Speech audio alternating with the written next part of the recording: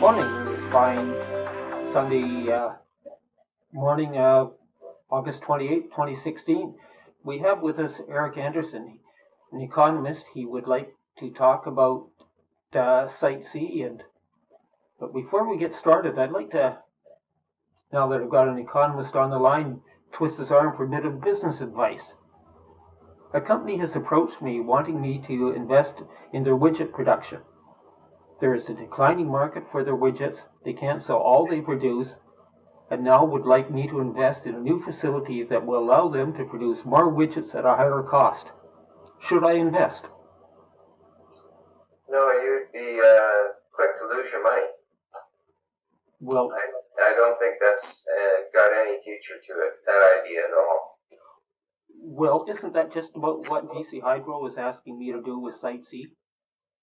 Yeah, it's a good analogy. We've talked about the costs of production, and it's all over the map. Various times I hear the unit of measure that most people use when they're talking about production of an electric generation site is a megawatt hour.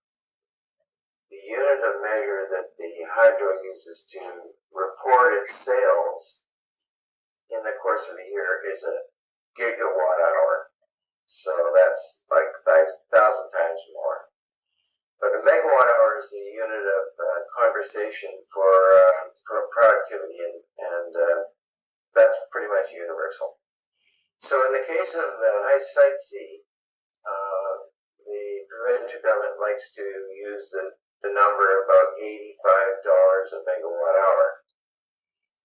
Now, the way you determine that number is obviously the cost to build, which is, as everybody knows, being very elastic. It's gone from 6 or 7 billion. In fact, in '89, the number to build then was about 3.5 billion. So the number keeps changing, and now it's upwards of 9 billion. However, when you start putting in the additionals like the needed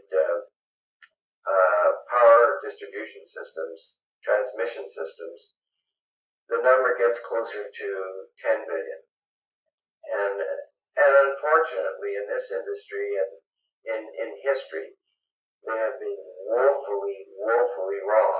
So we have right across North America and the world examples abound of cost estimates being exceeded by 100%.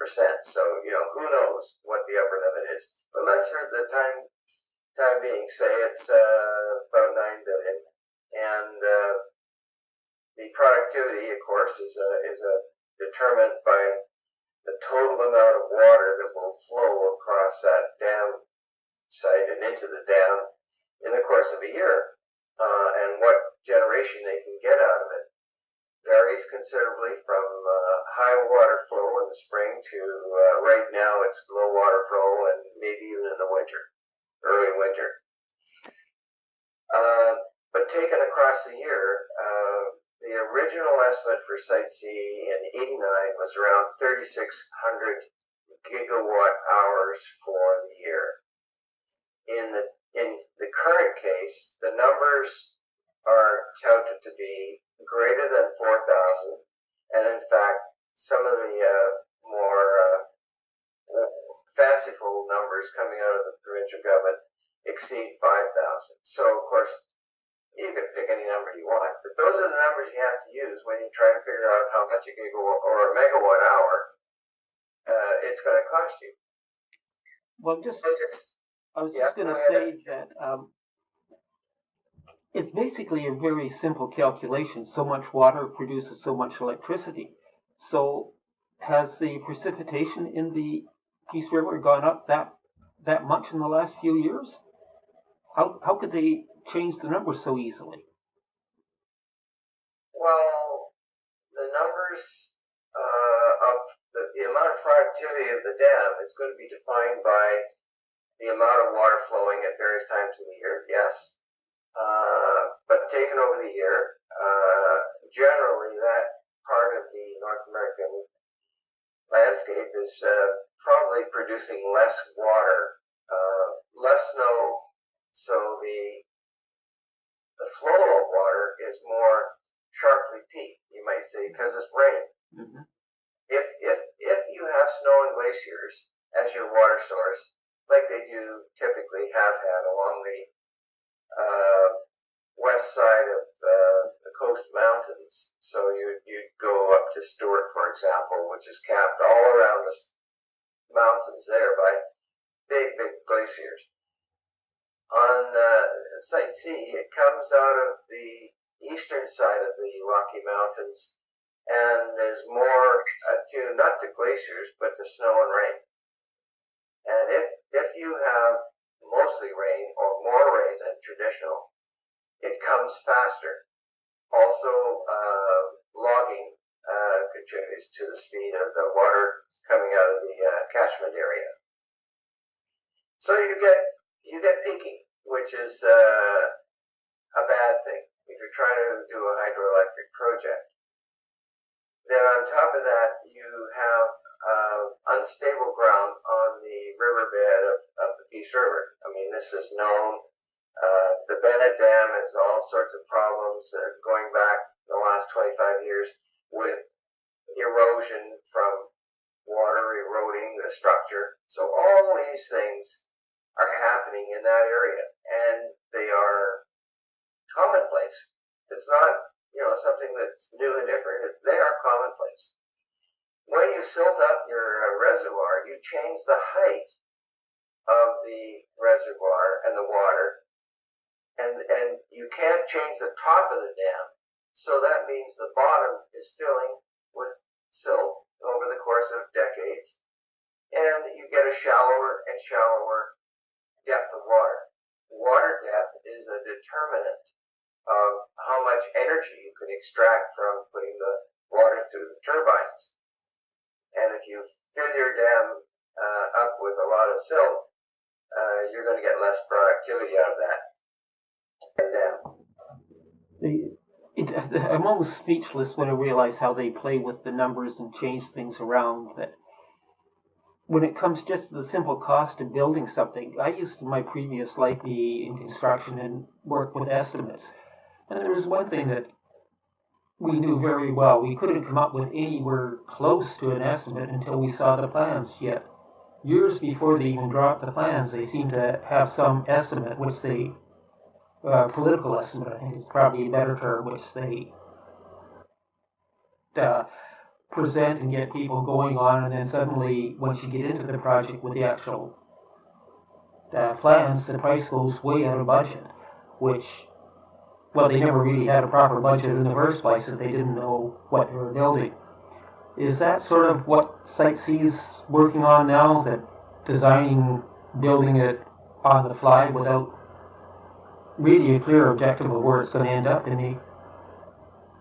I think it's a little more precise than you suggest, but the record has, across North America and around the world, proven that the certainty and a knowledge of how to do a dam, a big hydroelectric dam, successfully,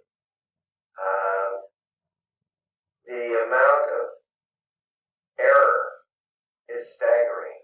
The same with Muskrat Falls in Newfoundland. They have blown their budget way over the budget, and that's just, I think the project there is at a standstill at the moment. The same goes for Brazil. They blew their budget, and I think they're at a standstill because I don't think the international financing community is willing to put up any money more than they already have in Brazil. And the story goes, every example is always the same. Our 8 to 9 billion can easily turn into a lot more. But okay, so it still gets us back to, well, how much a megawatt hour is going to cost to get something out of that Site C dam? Well, I've seen estimates, private ones, from between $125 and $150 a megawatt hour. The current, and has been since the beginning of this century, the current trading price in Western North America is around $25 to $30 US a megawatt hour. That is enormously different from $100, $150. It's like staggeringly different. And the curious thing about this is the provinces of Canada have all signed on to an international or bilateral organization with the acronym NERC. They're sort of like a controller at the production level for electricity in North America. Well, we have access to that system by virtue of being a member of the group. That system is designed to facilitate the movement of electricity back and forth across the US-Canada border and the Mexican border. So if we can buy right now, today, and ever since the beginning of this century, electricity at around $25 to $30 a US, a megawatt hour, why in heaven's name do we want to run out and commit and burden ourselves with $125 or $150 per megawatt hour? What that is? Yeah, that whole discussion with NERC is something that's really started to interest me. We have to get you back on to talk about more about NERC in the future. One thing I did notice is that this whole mega project seems to be on the way out. Looking at these Bloomberg Sustainable Energy in America, I got hold of their 2016 fact book last night, and the number of projects and the increased energy coming from much smaller operations, and that seems to be the direction people are going. This whole mega energy approach is pretty much going out the window by the looks of what this report is telling. Is that the direction you see things going? Mostly. I think small is beautiful, and the people in our government don't see a photo op in that kind of a future. So it's going to be hard to get them onto the 21st century thinking about small multiple production facilities different than hydro all around the countryside. That's the future, but they're still trying to live out the 20th and the 19th century thinking. That's pretty much the way I see things as well.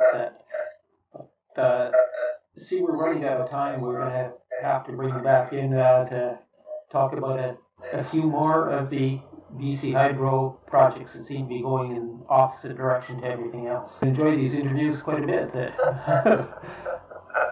Anyways, we will have you back on one way or another sometime fairly soon if you're agreeable. Certainly, Norm. Thank you very much as well. I do think that we should at one time talk about the instability of the land that Site C is going to be sited on.